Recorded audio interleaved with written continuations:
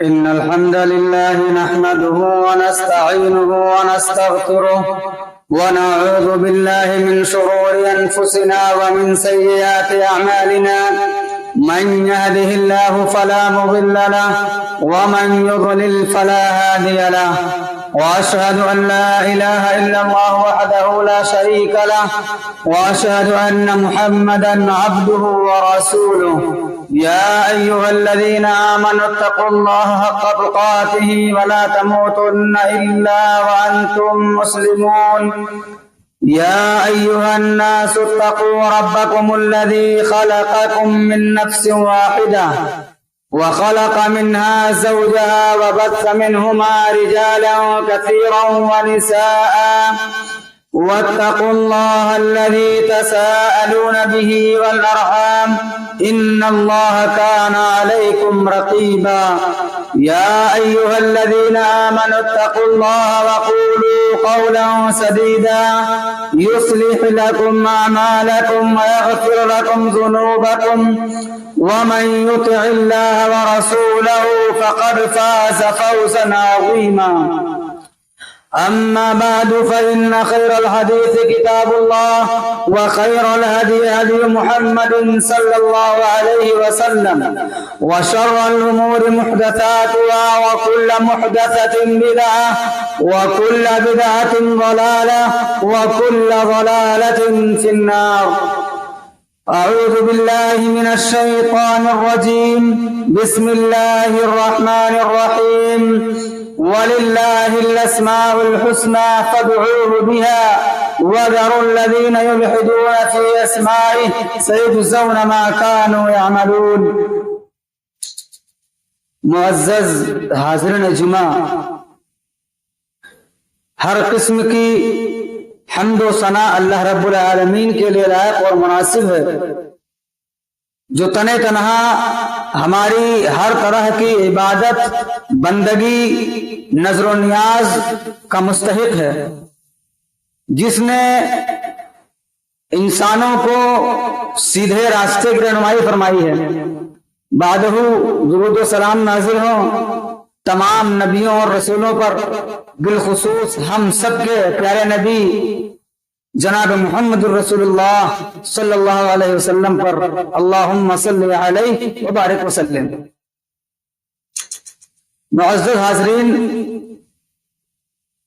کلمہ لا الہ الا اللہ کا مفہوم سے لے کر کے اب تک ہم لوگوں نے کلمہ لا الہ الا اللہ کا مفہوم بھی جانا ہے، توحید کی کتنی قسمیں ہیں وہ بھی جانی ہے، توحید ربوبیت کا کیا تقاضا ہے ہم نے وہ بھی جانا ہے، توحید الوہیت ہم سے کیا ڈیمانڈ کرتی ہے ہم نے وہ بھی جانا ہے، اور چند نکات کے اوپر کہ توحید اسماء و صفات ہم سے کیا طلب کرتی ہے، اس پر بھی ہم نے پچھلے خطبہ جمعہ میں کچھ باتیں جانی تھی. کچھ باتیں رہ گئی تھی، ایک دو قواعد ہم نے پچھلے خطبے میں جانا تھا کہ اللہ کے ناموں کو ویسے ہی ماننا ہے جیسے اللہ نے بتلایا ہے، ان کے اندر کوئی تبدیلی کوئی تغیر نہیں کرنا ہے. اسی طریقے سے اسماء و صفات کے خطبوں کی یہ دوسری کڑی ہے آج کی، اور اس میں اللہ رب العالمین جو اپنے اسماء و صفات کو بتاتا ہے اس میں بھی کچھ قواعد ہیں.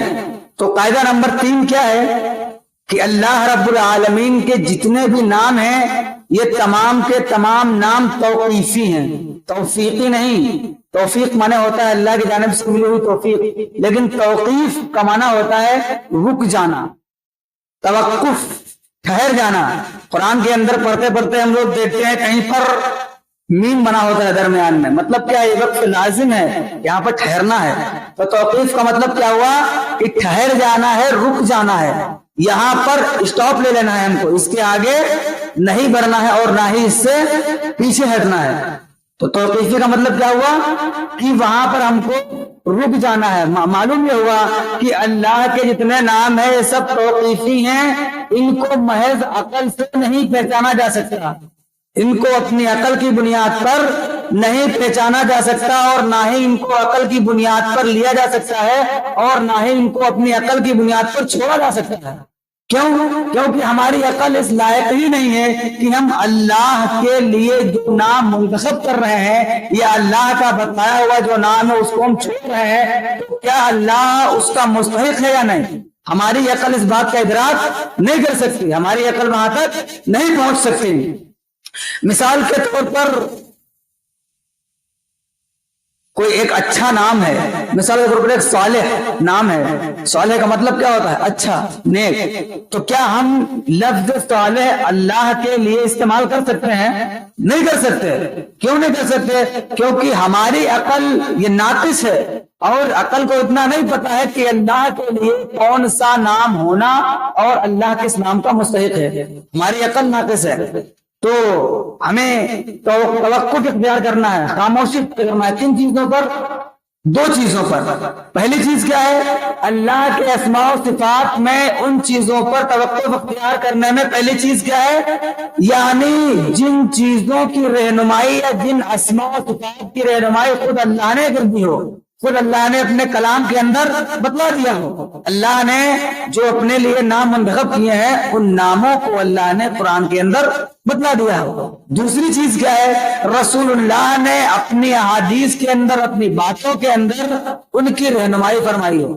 بس ہمارے پاس دو ہی آپشن ہے، انہی چیزوں پر رک جانا ہے، نہ ان دو سے آگے نکلنا ہے اور نہ ان دو سے ہم کو پیچھے ہٹنا ہے۔ توقف اسی چیز کا نام ہے کہ رک جانا۔ اسی لیے کہا گیا ہے کہ اللہ کے جتنے بھی نام ہیں سب توقیفی ہیں، یہاں پر ہم کو رک جانا ہے۔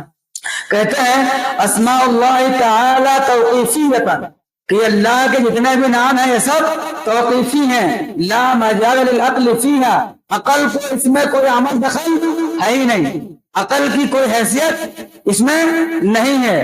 کہتے ہیں وعلی ھذا فیجب الوقوف فیہا، اس پر ہمارے لیے وقوف، خاموشی اور رک جانا واجب اور لازم ہے، ضروری ہے۔ علی ما جاء بہ الکتاب والسنہ، کن چیزوں پر؟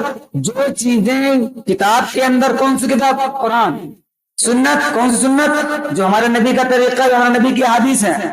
تو ہمیں اس پر توقف اختیار کرنا ہے، خاموشی اختیار کرنا ہے، ہمارے اوپر لازم اور ضروری ہے ان چیزوں پر جو قرآن کے اندر آ گئی ہوں، جن کو اللہ نے قرآن میں بیان کر دیا ہو یا جو نبی نے بیان کر دی گئی ہوں، نبی نے بیان کی ہوں۔ آگے فرماتے ہیں فلا یزاد فیہا ولا ینقص، نہ ہی اس میں ذرے کے برابر زیادتی کی جائے گی اور نہ ہی ایک رائی کے دانے کے برابر اس کے اندر کمی کی جائے گی، نہ ہی اس کے اندر زیادتی کی جائے گی اور نہ ہی کمی کی جائے گی۔ کیوں ایسا کیوں کیا جائے گا؟ اس لیے لأن العقل لا يمكنه ادراک ما يستحقه تعالی، اس لیے کیونکہ عقل اس بات کا ادراک نہیں کر سکتی، عقل کے پاس اتنی عقل نہیں ہے کہ وہ یہ ثابت کر سکے کہ اللہ تعالیٰ کے اسماء میں سے اللہ کن کن ناموں کا مستحق ہے۔ اللہ سمجھ میں آ رہا ہے نا کہ عقل اس بات کا ادراک نہیں کر سکتی، عقل کو یہ بات نہیں معلوم ہے کہ اللہ کس نام کا مستحق ہے۔ اس لیے ہم کو قرآن اور حدیث میں جو آئی ہوئے اللہ کے اسماء و صفات ہیں ان پر ٹھہر جانا ہے۔ اگر عقل سے ہم بات کریں گے تو عقل کے پاس بھی اتنی عقل نہیں ہے کہ وہ اچھے اور خراب کی پہچان کر سکیں۔ فوجب الوقوف فی ذلک علی النص، تو ہمارے اوپر یہ لازم ہے کہ ہم نص کے اوپر رک جائیں۔ نص کہتے ہیں کسی ایسی دلیل کو جس کے اندر آگے اور پیچھے کرنے کی کوئی گنجائش نہ ہو، یا پھر نص کہتے ہیں قرآن اور حدیث کی دلیل کو۔ سمجھ میں آ گئی نا بات کہ ہم کو اللہ کے اسماء و صفات پر خاموشی اختیار کرنا ہے ان دو چیزوں پر جو خود اللہ نے قرآن میں بتا دی ہو یا نبی نے حدیث مبارکہ کے اندر، اور ہم کو وقوف اس پر کیوں لازم ہے؟ کیونکہ ہماری عقل اس بات کا ادراک نہیں کر سکتی کہ اللہ کن نام اور کن صفات کا مستحق ہے۔ سمجھ میں آ گئی نا یہ چیز؟ تو اس وجہ سے ہمارے اوپر نص کے اوپر، ہمارے لیے نص کے اوپر خاموشی اختیار کر لینا واجب ہے۔ کیوں؟ اللہ کہتا ہے لا تقف ما لیس لک بہ علم، اس چیز کے پیچھے مت پڑو جس چیز کا تم کو علم نہیں ہے۔ کیوں؟ ان السمع والبصر والفؤاد کل اولئک کان عنہ مسئولا، کیونکہ چاہے وہ کان ہو، چاہے وہ آنکھیں ہو، چاہے وہ دل ہو، یہ سب کے سب ایسے جسم کے اعضاء ہیں کہ ان کے بارے میں سوال کیا جائے گا، ان کے بارے میں سوال کیا جائے گا۔ اور یہی تین چیزیں ہیں جو علم حاصل کرنے کے ذرائع ہیں، علم حاصل کرنے کے ذرائع ہیں۔ کیسے؟ اللہ قرآن میں کیا کہتا ہے؟ وَاللَّهُ أَخْرَجَكُم مِّن بُطُونِ أُمَّهَاتِكُمْ لَا تَعْلَمُونَ شَيْئًا، اللہ نے تم کو جب تمہارے ماؤں کے پیٹوں سے نکالا تھا تم کچھ بھی نہیں جانتے تھے، لا تعلمون شیئا، تم کچھ بھی نہیں جانتے تھے۔ واللہ اخرجکم من بطون امہاتکم لا تعلمون شیئا، کچھ بھی نہیں جانتے تھے۔ وجعل لکم السمع والبصر والفؤاد، پھر اللہ نے تم کو علم تو ماں کے پیٹ میں نہیں دیا تھا، لیکن علم حاصل کرنے کے ذرائع بھی رکھے تھے۔ کیا دیا تھا؟ کان، کیا دیا تھا؟ آنکھ، کیا دیا تھا؟ دل۔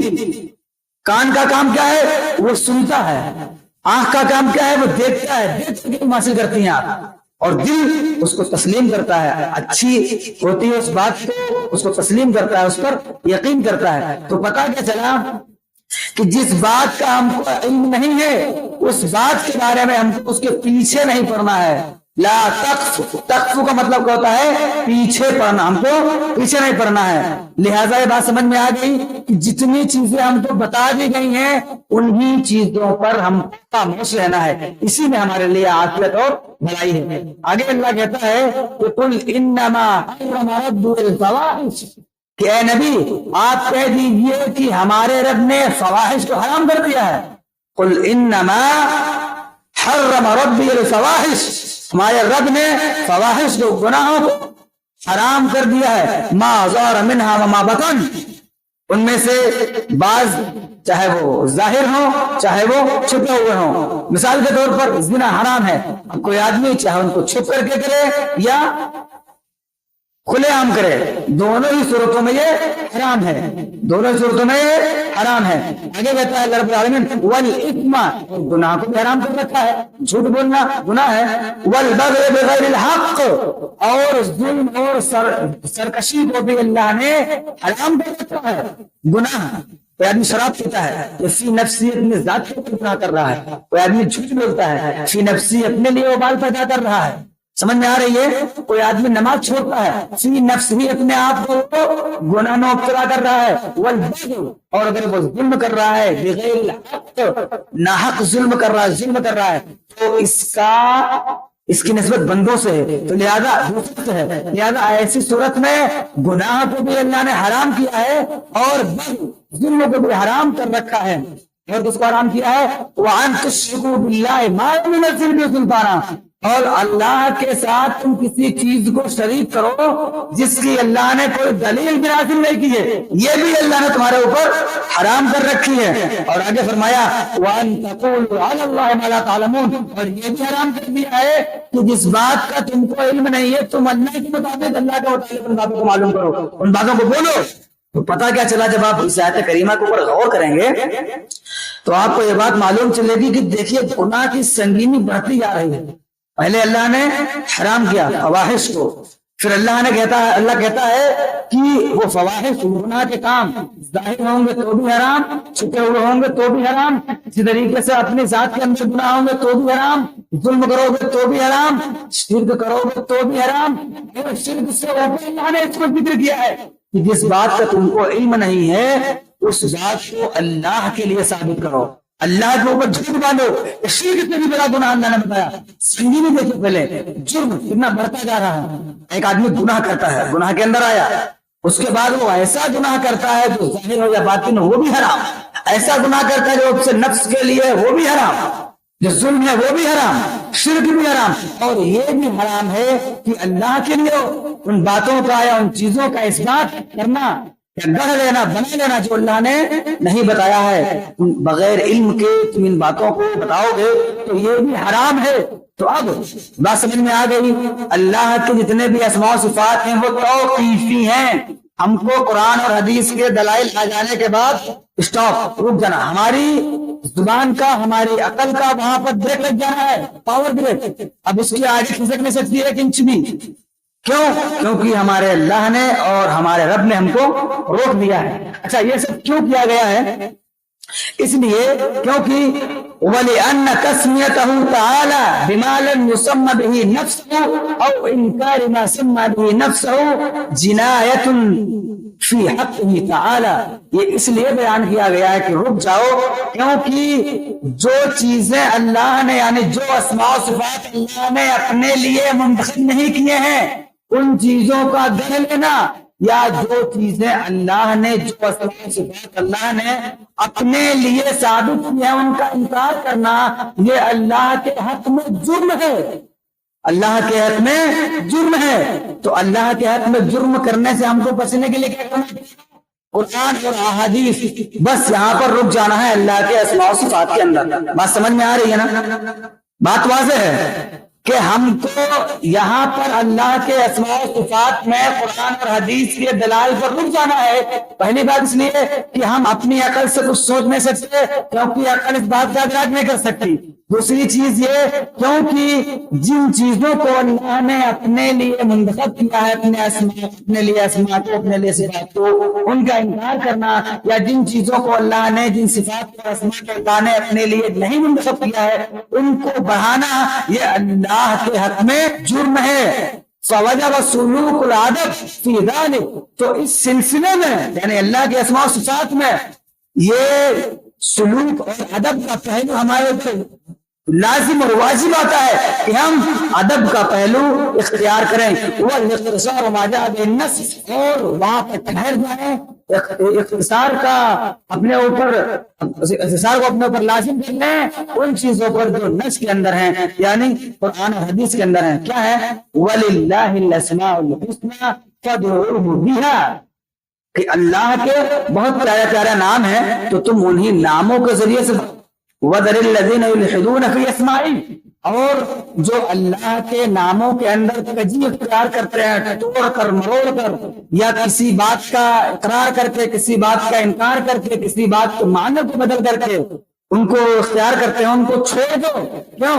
سيجزون ما كانوا يعملون، اللہ ان سے نپٹ لے گا، اللہ ان سے نپٹ لے گا۔ ایک بات کی وضاحت کرتا چلو، اللہ نے کہا ہے وَلِلَّهِ الْأَسْمَاءُ الْحُسْنَى فَادْعُوهُ بِهَا، کہ اللہ کے بہت پیارے پیارے نام ہیں تو تم ان ناموں کے ذریعے سے اللہ کو پکارو۔ ایک معنی ناموں کے ذریعے سے اللہ کو پکارو، ایک معنی، اور ایک معنی کیا ہے؟ ناموں کو پکارو، ناموں کو پکارو، دونوں میں فرق ہے۔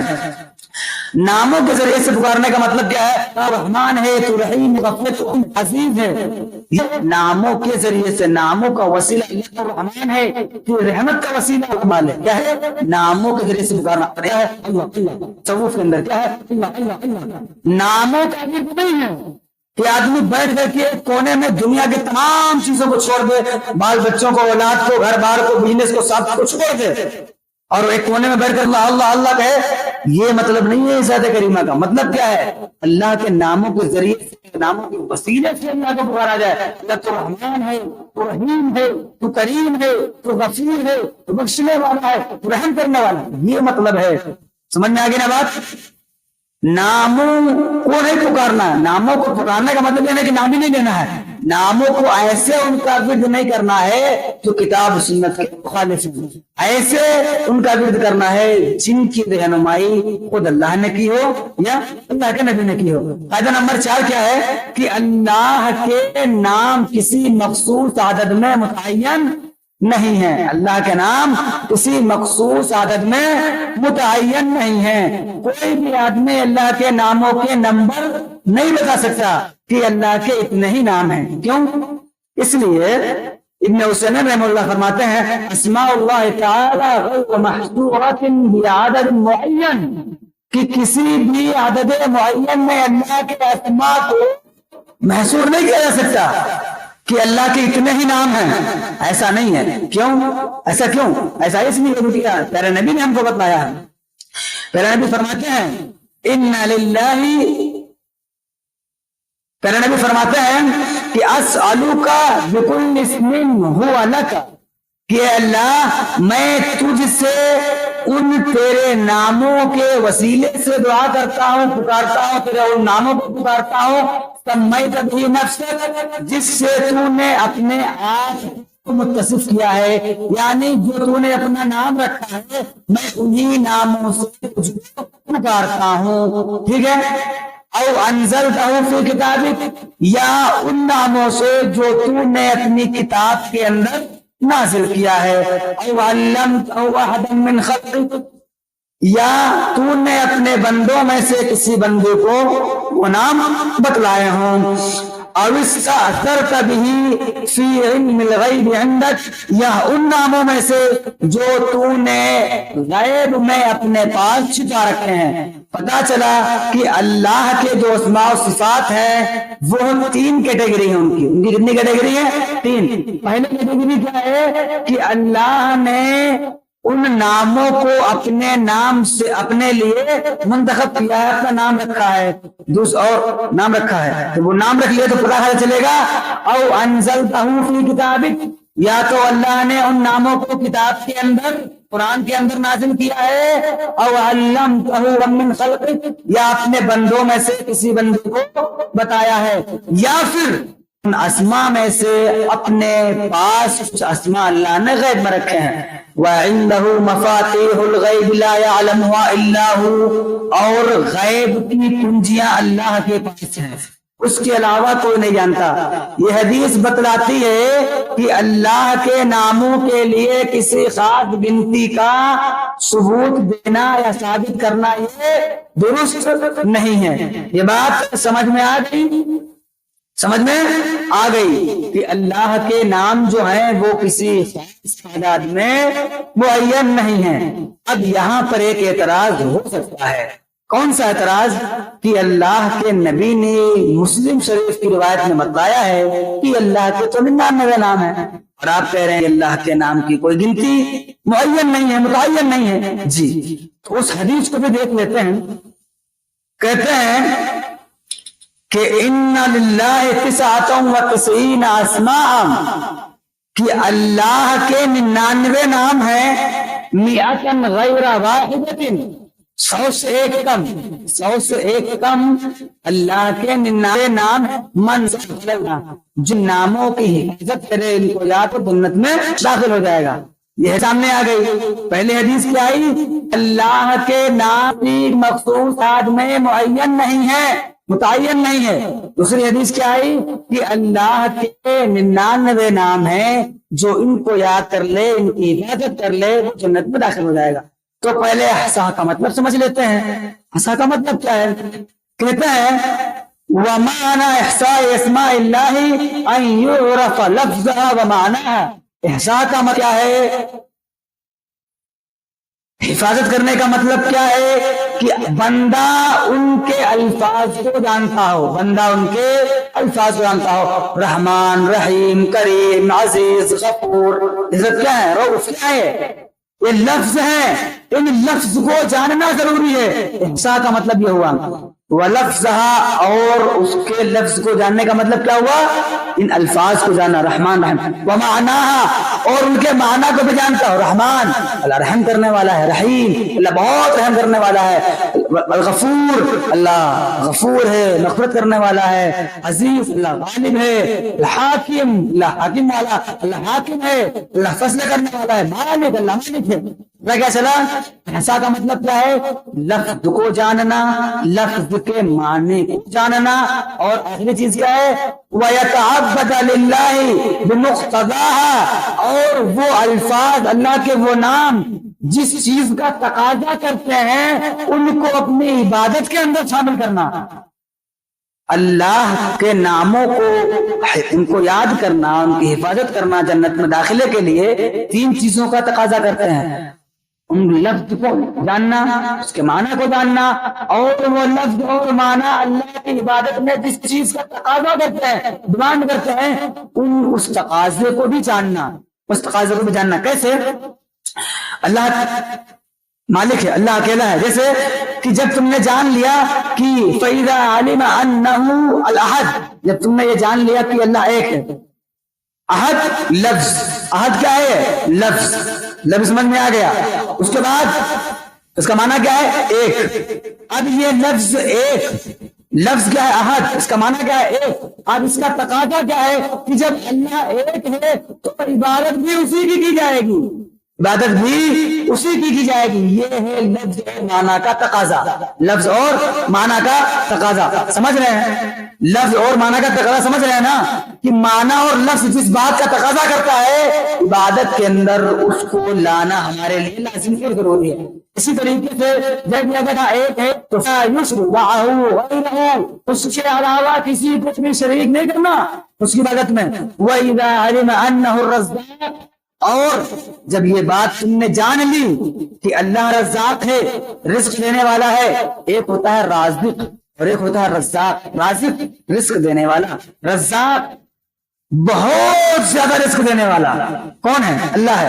ہم نے جان لیا کہ رزق کون دیتا ہے؟ اللہ دیتا ہے. تو فلا يطلب الرزق من غيره، تو پھر اللہ کے علاوہ کسی سے آپ اور ہم رزق طلب نہیں کر سکتے، رزق طلب نہیں کر سکتے. بات سمجھ میں آ گئی؟ معنی، لفظ اور تقاضا سمجھ میں آ گیا نا؟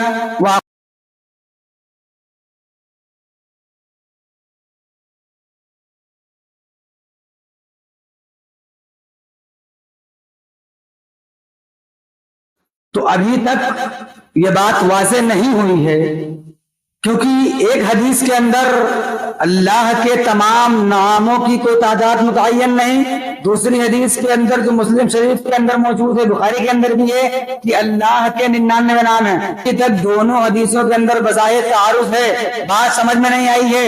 تو اب سمجھنا ایسے ہے کہ ابن عثیمین رحمہ اللہ فرماتے ہیں کہ کیا، اب سوال ہے کیا اللہ کے 99 ہی نام ہیں؟ فرماتے ہیں فمان الحدیث ان هذا العدد من شانه ان من احصى دخل الجنہ، کہ یہ جو حدیث ہے کہ جس نے اللہ کے 99 ناموں کو یاد کیا، ان کی حفاظت کی، وہ جنت میں داخل ہو جائے گا. اس کا مطلب کیا ہے؟ اس کا مطلب کیا ہے معلوم ہے؟ وعلى هذا فيكون قوله من احصى دخل الجنہ، کہ جو دخل الجنہ، یہ جو حدیث ہے کہ اللہ کے 99 نام ہیں، ان کو جو یاد کر لے گا وہ جنت میں جائے گا، وہ اس معنی میں ہے کہ جملۃ مکملۃ، یہ ایک مکمل ہے. کیا ہے؟ یہ ایک مکمل ہے. کون سا جملہ؟ ان للہ 99 اسماء 100 غیر واحدۃ من احصاها دخل الجنہ. یہ کیا ہے؟ ایک مکمل جملہ ہے. دخل الجنہ مکملۃ، یہ جملے کو مکمل کرتا ہے. کس کو؟ مکمل جملہ نہیں ہے، جملے کو مکمل کرتا ہے. کس کو؟ لما قبلها، جو اس سے پہلے ہے. اس سے پہلے جملہ کیا ہے اور وضاحت مطلوب ہے یہاں پر. ان للہ 99 اسماء 100 غیر واحدۃ، یہ ایک جملہ ہے، حدیث کا ایک جملہ ہے. کون سا؟ ان للہ 99 اسماء 100 غیر واحدۃ، یہ کیا ہے؟ ایک جملہ ہے. دوسرا جملہ کیا ہے؟ من احصاها دخل الجنہ. یہ کیا ہوئے؟ دو جملے. تو یہ جو پہلے والا جملہ ہے جو اللہ کے 100 نام 99 نام ہے، اور جو دوسرا جملہ ہے کہ جو ان کو یاد کرے گا، ان کی حفاظت کرے گا، یہ اس جملے کی تکمیل کر رہا ہے. لیست مستقلہ، یہ مکمل مستقل جملہ نہیں ہے بعد ناموں کو. تو اب اس کو سمجھا گیا کہ اللہ کے نام ہے، جو وہ یاد کرا کی حفاظت کرے گا وہ جنت میں جائے گا. یہ مطلب نہیں ہے اللہ کے 99 نام ہیں جو ان کو یاد کرے گا وہ جنت کا نہیں ہے. اللہ کے ناموں میں سے 99 نام ایسے ہیں جو ان کو یاد کر لے گا، ان کی حفاظت کرے گا، وہ جنت میں جائے گا. یہ اصل مسئلہ ہے. کیا ہے؟ پھر سے ایک مرتبہ ریپیٹ کرتا ہوں. اللہ کے 99 نام ہیں جو ان کو یاد کر لے گا وہ جنت میں جائے گا. مطلب یہ نہیں ہے اللہ کے ناموں میں سے 99 نام ایسے ہیں جن کو بندہ یاد کر لے گا اور ان کی حفاظت کرے گا تو جنت میں جائے گا. سمجھ میں آ گئی نا بات؟ سمجھ میں آ گئی نا؟ اچھا، اس کی مثال کیسی ہے؟ ایک آدھ 2 منٹ زیادہ ہو سکتے ہیں. اس کی مثال ایسی ہے وَنَذِيرُ هَذَا أَن تَقُولَ عِنْدِي 100 دِرْهَمٍ أَعْدَدْتُهَا لِصَدَقَةٍ. اس کی مثال ایسی ہے کہ ہم میں سے آپ میں سے کوئی آدمی کہے کہ ہمارے پاس 100 درہم ہیں، 100 روپے ہیں جن کو میں نے صدقے کے لیے نکال رکھے ہیں. ہمارے پاس 100 روپے یا 100 درہم ایسے ہیں جن کو ہم نے صدقے کے لیے نکال رکھے ہیں. فَإِنَّهُ لَا يَمْنَعُ أَن يَكُونَ عِندَكَ غَيْرَ دَرَاهِمَ أُخْرَى. تو اب یہ جو ہم نے بات کہی کہ ہمارے پاس 100 روپے ہیں اور ہم نے ان کو صدقہ کے لیے نکال رکھے ہیں، یہ اس بات کی معنی نہیں ہے کہ ہمارے پاس اس کے علاوہ پیسے ہی نہیں ہیں. یہ اس بات کی معنی نہیں ہے، یعنی یہ بات اس بات کا انکار نہیں کر رہی ہے کہ ہمارے پاس 100 روپے علاوہ ایسے ہی نہیں ہیں. بات مبہم ہے، واضح ہو گئی؟ واضح ہے نا. ہم نے 100 روپے صدقے کے لیے نکال کر رکھے، تو کیا اس بات میں کہیں ایسی بات معلوم ہو رہی ہے کہ ہمارے پاس صرف 100 ہی روپے تھے؟ ایسی بات معلوم ہو رہی ہے کیا؟ نہیں معلوم ہو رہی ہے. کیونکہ ہم نے بتلا دیا ہے کہ بھائی 100 روپے ہمارے پاس تھے، ہم نے صدقے کے لیے ان کو نکالا ہے. پتا چلتا ہے کہ ہمارے پاس اور بھی پیسے ہیں جن کو ہم نے صدقے کے لیے نہیں نکالا. مثال کے طور پر ہم کسی کے ساتھ جائیں، آپ جائیں، بھائی ہمارے پاس 100 روپے ہیں، ہم آپ کو ناشتہ کراتے ہیں، ہم نے آپ کو ناشتہ کرا دیا، 100 روپے ختم ہو گئے. اب کوئی فقیر آیا یا کوئی اور آدمی آیا، اس کو نکال کے 100 روپے اور دے دیا ہم نے. اور ہمارے ساتھ چلنے والا آدمی بولے گا یار کتنے بڑے جھوٹے آدمی ہو تم نے کہا تھا کہ 100 روپے ہمارے پاس ہیں، 100 روپے کا تم نے ہم کو ناشتہ کرا دیا، پھر یہ 100 روپے تم نے فقیر کو بھی دیے، کہاں سے دیے؟ تو ہم نے تم کو پہلے بتا دیا تھا کہ ہمارے پاس 100 روپے ہیں جن سے تم کو ناشتہ کراؤں گا، یعنی ناشتے کرانے کے لیے 100 روپے ہیں، اس کے اوپر تم کو نہیں کراتا، میں اس سے کم بھی نہیں کراتا. لیکن اس کا مطلب یہ نہیں کہ ہمارے پاس اس کے علاوہ پیسے نہیں ہیں. تو بات سمجھ میں آ گئی نا؟ اللہ کے 99 نام ہیں، سمجھ میں آ گئی نا؟ اللہ کے 99 نام ہیں جو ان کو یاد کرے گا جنت میں جائے گا، ایسا مسئلہ نہیں ہے. اللہ کے ناموں میں سے 99 ایسے نام ہیں جو ان کو یاد کرے گا. اور یہ بات اس لیے ہے کیونکہ اس سے پہلے والی حدیث میں اللہ کے نبی نے فرما دیا کہ اللہ کے اسماء و صفات کی 3 کیٹیگری ہیں، یا تو اللہ نے قرآن میں نازل کیا ہو، یا اللہ نے اپنے بندوں میں سے کسی بندے کو یعنی کسی نبی کو بتایا ہو، اور یا پھر کچھ ایسے اسماء ہے جس کو اللہ نے خود اپنے پاس ان میں غیب کے اندر چھپا رکھا ہے. تو پتہ کیا چلا؟ ان دونوں حدیثوں کو ہم غور سے پڑھیں گے، غور سے دیکھیں گے تو اس کے اندر تطبیق یہ نکلے گی کہ بعض اسماء ایسے ہیں اللہ کے اسماء میں سے جو اللہ نے نبی کو بھی نہیں بتائے، قرآن نے بھی نازل نہیں کیے. تو ان تمام باتوں پر ہم کو عمل کرنا ہے. جو 5واں قاعدہ یہ ہے کہ اللہ کے اسماء و صفات میں الحاد سے بچنا ہے. الحاد سمجھتے ہیں، مختصر سے تفسیر کرتا چلوں. الحاد اللہ کے ناموں کے اسماء و صفات کو ان کے معانی سے بدل دینا، اللہ کے اسماء و صفات کے معانی کا دوسرا معنی اختیار کرنا. ٹھیک ہے، اللہ کے اسماء و صفات کا ایک دم سے ہی انکار کر دینا، یہ ہے الحاد. معنی کا انکار کر دینا، معنی کو بدل دینا، اسماء و صفات کو مکمل طور سے انکار کر دینا، یہ الحاد ہے. سمجھ میں آ گیا؟ سمجھ میں آیا؟ معنی کا انکار کر دینا، اسماء و صفات کا انکار کر دینا، معنی میں تبدل اور تغیر کرنا، اس کو کہتے ہیں الحاد. اور آپ کو مختصر آپ کو بتاتا چلوں کہ ان تمام معاملات کے اندر ہم نے اب تک توحید ربوبیت کے بارے میں جانا. کیونکہ ہمارا رب اللہ ہے، اللہ رب العالمین، الحمدللہ رب العالمین، تمام تعریفیں اللہ کے لیے ہیں. کیوں؟ وہ رب ہے. ہم نے بتایا تھا کہ رب کہتے ہیں اس کو کہ جب جس وقت جس کو جتنی جیسی ضرورت ہو اس وقت اس کو ویسی اتنی ضرورت پوری کرنے پر جو ذات قادر ہے وہ رب ہے. اور وہ ذات کون ہے؟ اللہ. یہ بات سمجھ میں آ گئی؟ توحید الوہیت یعنی جب اللہ نے ہمارے لیے تمام چیزوں کو پیدا کیا، یا ایھا الناس اعبدوا ربکم الذی خلقکم والذین من قبلکم لعلکم تتقون، کہ جب اللہ نے ہمارے لیے تمام چیزوں کو پیدا کیا ہے، ہمارے لیے آسمان کو بنایا، زمین کو بنایا، سورج کو بنایا، چاند کو بنایا، ستاروں کو بنایا، عورت کو بنایا، مرد کو بنایا، بچوں کو بنایا، ساری چیزیں اللہ نے ہمارے لیے بنائی ہیں. تو ہماری عبادت کا مستحق کون؟ اللہ. توحید اسماء و صفات کے اندر کیا بات سمجھ میں آ گئی کہ جتنے بھی توحید اسماء و صفات ہیں ان کو بعین ہی مان لینا ہے اور اپنی عقل پر ان کو نہیں رکھنا ہے.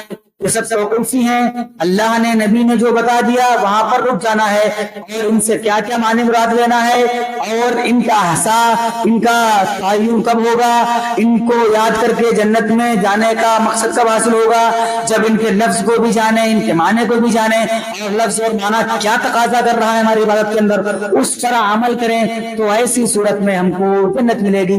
اسی طریقے سے ہم نے آج کے خطبے میں یہ بھی جانا کہ اللہ کے 99 نام نہیں ہے، بھی زیادہ نام ہے، اور 99 نام کس معنی میں ہے، یہ تمام چیزیں جانی۔ مختصر سی بات بتاتا چلوں آپ کو، اور اسی بات پر میں اپنی باتوں ختم کروں گا۔ اللہ نے قرآن کے اندر کہا ہے والعصر ان الانسان لفی خسر الا الذین آمنوا وعملوا الصالحات وتواصوا بالحق وتواصوا بالصبر۔ تمام انسانیت خسارے میں ہے۔ عصر کا معنی ہوتا ہے نچوڑنا، عصر کا معنی نچوڑنا۔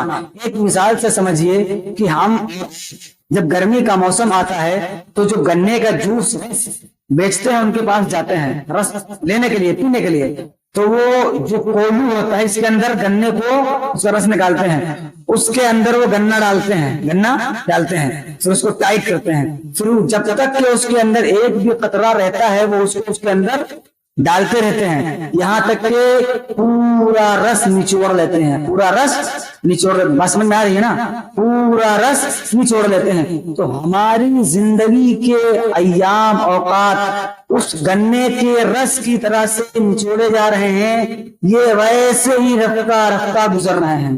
کیسے؟ جیسے رفتہ رفتہ گنے سے گنے کا جوس نکل جاتا ہے، پلٹ کر اس کے اندر وہ جوس جا سکتا کیا؟ نہیں، پلٹ کر گنے کے اندر وہ جوس جا سکتا نہیں جا سکتا۔ تو اسی طریقے سے ہماری زندگی کے ایام اور اوقات جو نکل گئے پلٹ کر مل سکتے نہیں۔ اسی لیے کہا ہے اللہ نے کہ ساری انسانیت خسارے میں ہے، مگر جو لوگ ایمان لائے اور عمل صالح کیے۔ ایمان لانے کا مطلب یہ نہیں کہ ہم نے لا الہ الا اللہ کہہ دیا ایمان والے ہو گئے، دیٹ از ناٹ پاسبل، ہو ہی نہیں سکتا کہ لا الہ الا اللہ کہنے کے بعد ہم مومن بن جائیں۔ لا الہ الا اللہ کے تقاضوں کو پورا کرنا ہے، جو ہماری سیریز چلی آ رہی ہے لا الہ الا اللہ کے تقاضوں کو پورے کرنے میں بھی ہے اللہ کے توحید ربوبیت، توحید اسماء و صفات اور توحید الوہیت، ان چیزوں پر عمل کرنا ہے، تب جا کر کے انسانیت خسارے سے بچ پائے گی۔ اور ایمان کے بعد عمل صالح یہی ہے کہ اللہ کے اسماء و صفات، اس کی ربوبیت، اس کی الوہیت کو بعین ہی ویسے ہی پہچانا جائے جیسے اللہ نے حکم دیا ہے۔ اللہ رب العالمین سے دعا ہے الہ العالمین ہمیں اپنی توحید کو کما حق ہو سمجھنے کی توفیق عطا فرمائے، اور ہمیں اللہ رب العالمین اپنے توحید پر قائم رکھ اور اپنے دین پر قائم رکھ۔ یا مقلب القلوب ثبت قلبی علی دینک،